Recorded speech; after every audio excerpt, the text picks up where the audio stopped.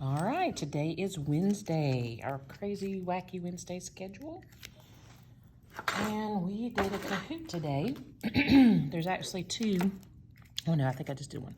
There's one assigned in current week in everyone's class if you want to practice your rational numbers. But this is the one we did in class, and I just wanted to go over it. What I want you to do first, before you watch this, you should have tried it, okay? And maybe jotted down notes about which ones you missed. All right, or didn't know. So what's the rule for multiplying powers with the same base? So if I have a to the third times b to the third, these two are being I'm sorry. I should say b to the third, and let me just start over. If I have a to the third times a to the seventh, okay, what's happening is my bases are being multiplied, but not the exponents, okay? If I did this in long expanded form, I'd have 3 a's there. I'd have 7 a's here, and then I add them together. 1, 2, 3, 4, 5, 6, 7, 8, 9, 10. 7, 8, 9, 10. So I have a to the 10th power. So if you don't remember these rules, which you need to learn because you're going to be using them for the rest of high school, all right? Maybe not next year, but after that you will. Or you will be using some of this on our next CFA, on Pythagorean theorem, okay? Because on that we have a squared times b squared equals c squared, okay? And you're going to end up with times when you have 36 equals the square root of, I don't know, but I can't figure it out right now. But you're going to be using this, okay? So here, you just add. Think about what you do if you wrote it out. If I write them out, I'm going to add them. So add the exponents, a to the 10th power, okay? What is the rule for dividing? I'm going to subtract. Multiplying, I add. Same thing. If I have a to the third and a to the 7th, I'm going to do 7 a's here, 3 a's here.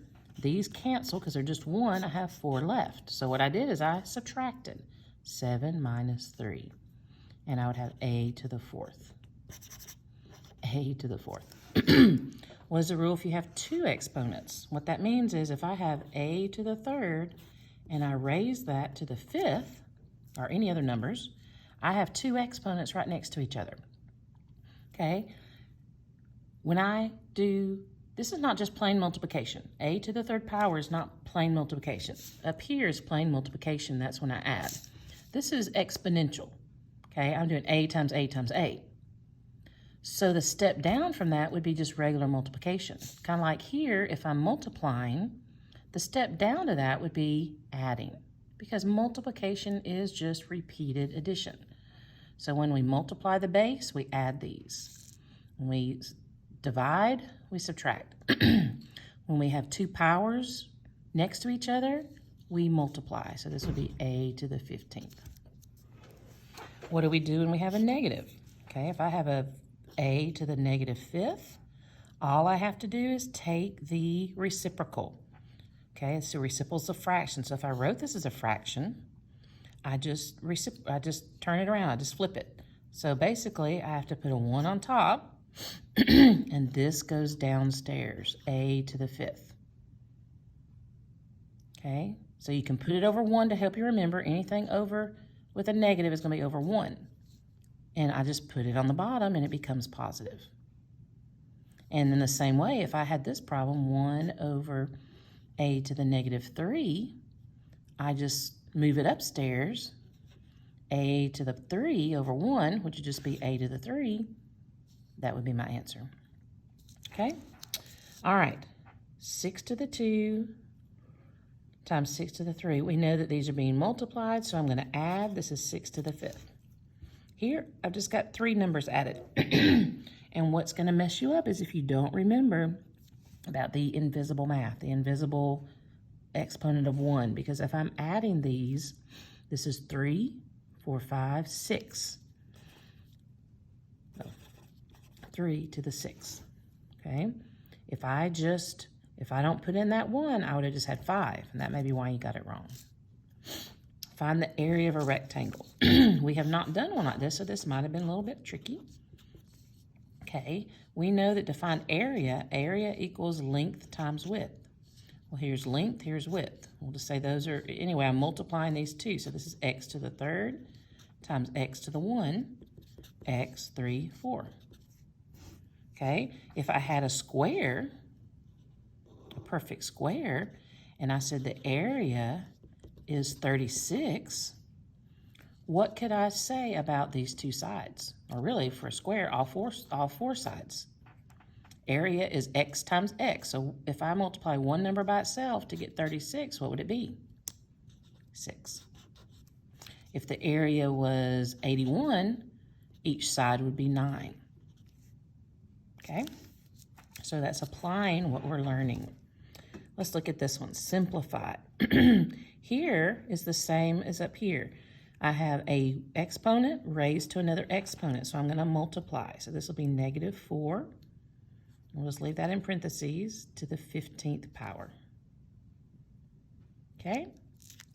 Write the following using exponents. Well, this is expanded form, so I'm going to look at 1, 2, 4 x's, so that's x to the 4th. Okay, one of the choices was 4x. That would be if we did x plus x plus x plus x, because there's a 1 in front of each of these.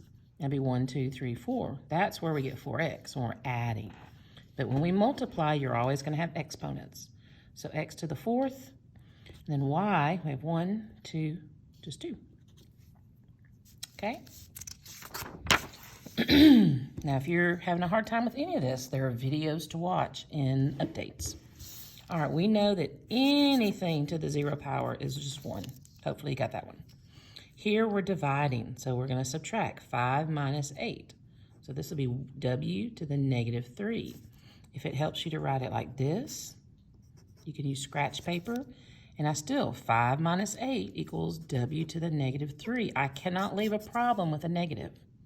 So I have to do one more step. I have to put that exponent under here without the negative sign.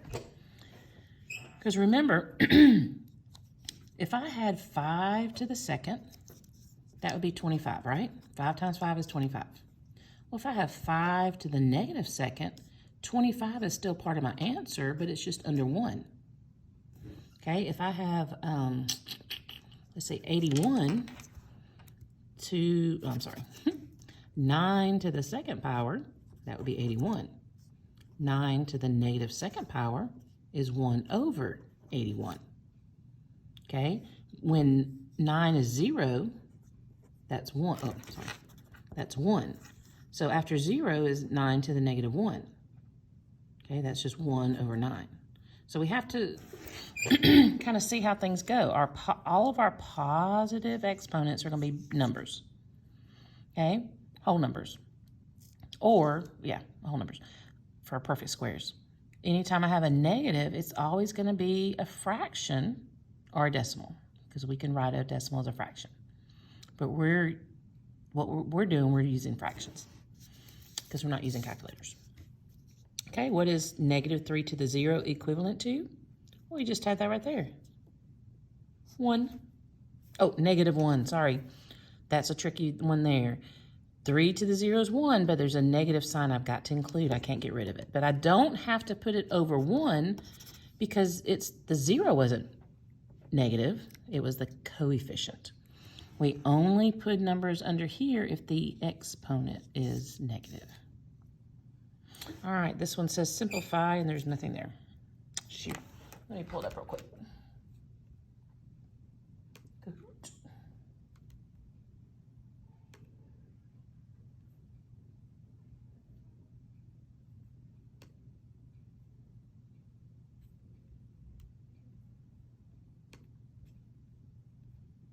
All right, what number? Let's see.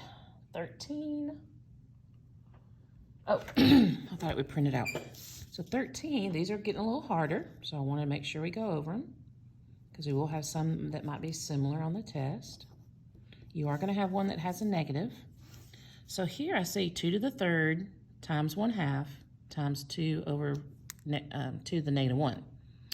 Well, let me start with the 2 to the negative 1. I know that's going to be 1 over 2 because I just moved my 2 downstairs. I just put it over under a 1 and get rid of the negative, so that's 2 to the 1. All right, 1/2 doesn't change. So I have 2 fractions. I want to make 2 to the 3rd a fraction. I just put over 1. Okay, a couple ways I can do this. I can do 2 to the 3rd times 1 equals 2 to the 3rd. And then I could do 2 and 2, that's going to be 2 to the 2nd. All right, 3 minus 2 is 1, so my answer is 2 to the 1st power. The other way you can do it, I can see that 2 to the 3rd is 8 over 1 times 1/2 times 1/2. 8 times 1 is 8. 2 times 2 is 4. That also equals 2. Okay, so there's different strategies to use for this. Okay, number 14 is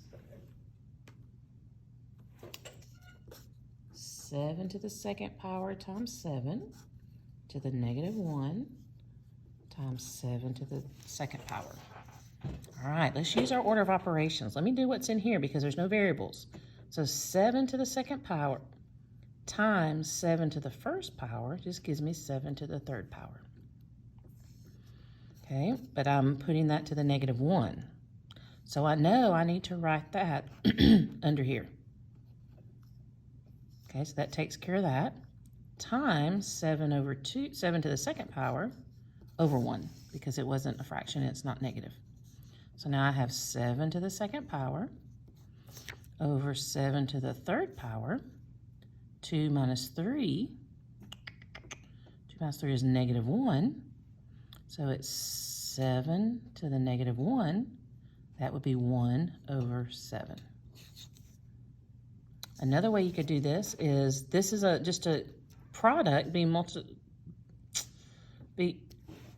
raised to the negative 1. I can do negative 1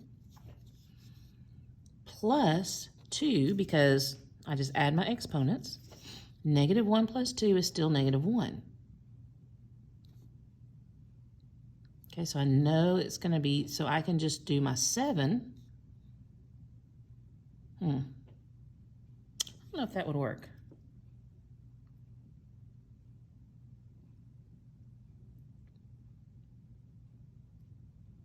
I'm not sure how to do it that way. I would do it this way, sorry. All right, let's look at 15. Oh. Okay, this one is 2.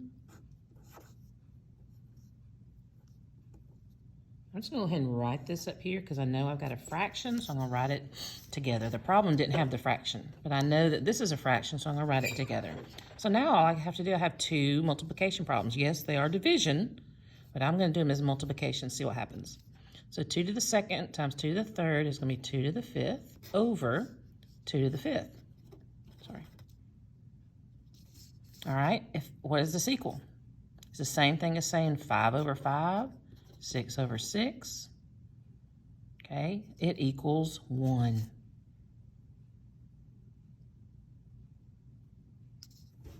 All right, number 16.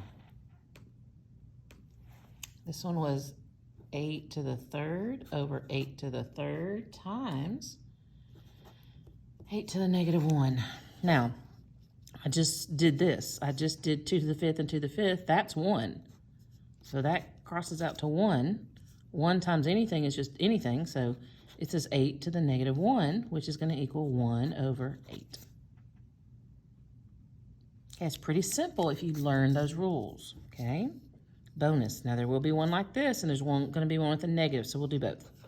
2x to the 5th times y times 3. I don't know why I'm writing it, but anyway. All right. Now I'm just multiplying.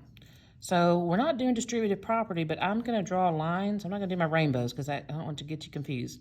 I've got to multiply my 2 coefficients, so that's 6. Then I've got to multiply my 2 x's. So that's x 5 times and x 2 times. That's going to be x to the 7th. Then I've got to do my y's, which have the little 1. So that's y to the 2nd. If I wrote this out in expanded form, I could write it out 2 times 3 if I put my like terms together. then x5 times x2 times y1 times y1. There you can see easily I can multiply this, these two, and this, and just put them together. Okay, let's do one similar to this. 2x to the negative 5, y to the 1 times 3x to the second, y to the first. All right, here's my, so I'm going to do my 2 and my 3, that's 6. X and x, so I have a negative 5 plus 2. Negative 5 plus 2 is negative 3. Okay, so I know x to the negative 3, I'm going to have to put that at the under a fraction line. Okay? Now my y is y squared. So I end up, this is my answer. So when you have a negative, if it stays a negative, you got to put it underneath. Okay?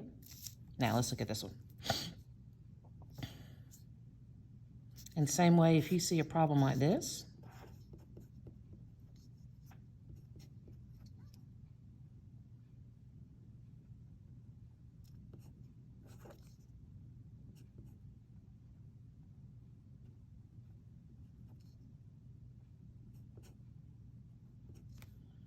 okay, here we have to divide this. 6 goes into 12 2 times, so that's going to be on top because 2 over 1 is going to be 2. All right, now x negative 5 minus negative 3, okay, that's a double negative, so negative 5 plus 3, I'm still going to have negative 2. So I'm going to put x to the second underneath.